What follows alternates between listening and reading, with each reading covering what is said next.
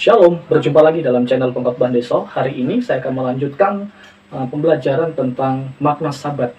Jadi, Sabat itu bukan hanya menunjukkan pada hari Sabtu saja.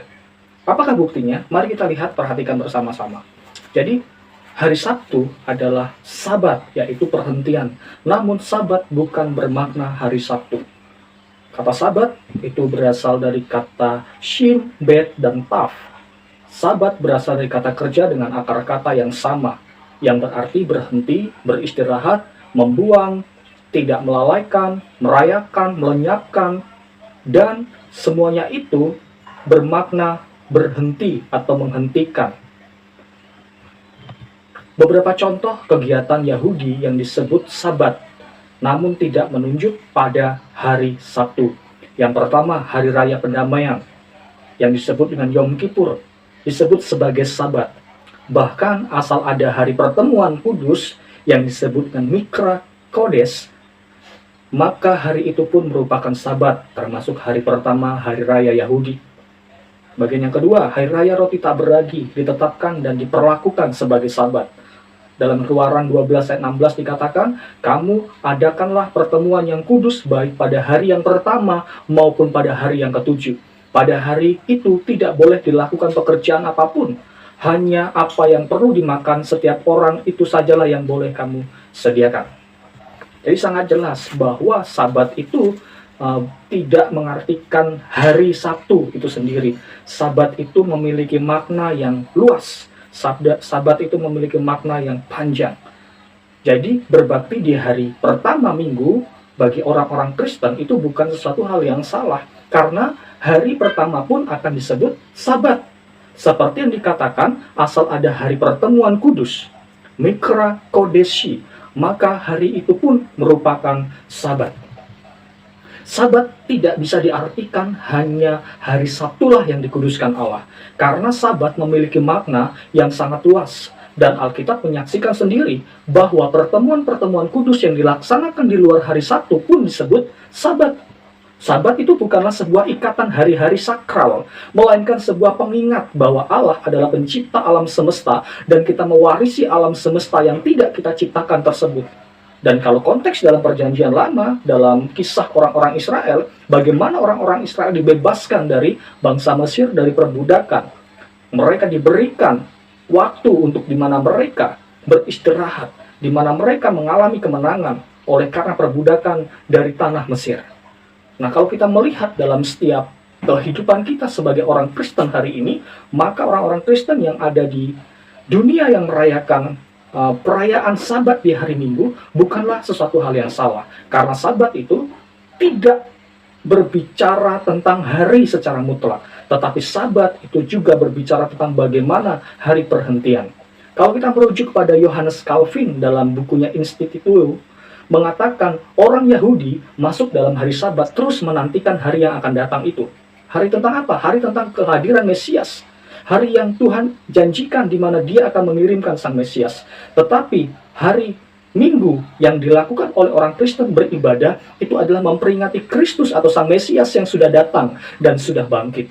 Maka dari itu Calvin dalam buku membuat sindiran. Dia mengatakan demikian, orang Yahudi beribadah dalam mimpi yang tidak akan terjadi. Orang Kristen beribadah di dalam memori atas apa yang sudah terjadi.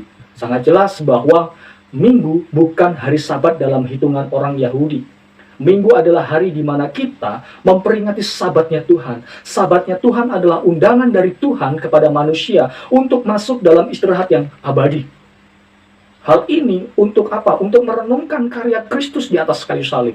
Jadi apa yang disampaikan oleh Calvin senada dengan apa yang disampaikan oleh Paulus dalam suratnya Kolose 2 ayat 16-17. Dikatakan demikian, karena itu janganlah kamu biarkan orang menghukum kamu mengenai makanan dan minuman atau mengenai hari raya, bulan baru ataupun hari Sabat. Semuanya itu hanyalah bayangan dari apa yang harus datang, sedangkan wujudnya ialah Kristus.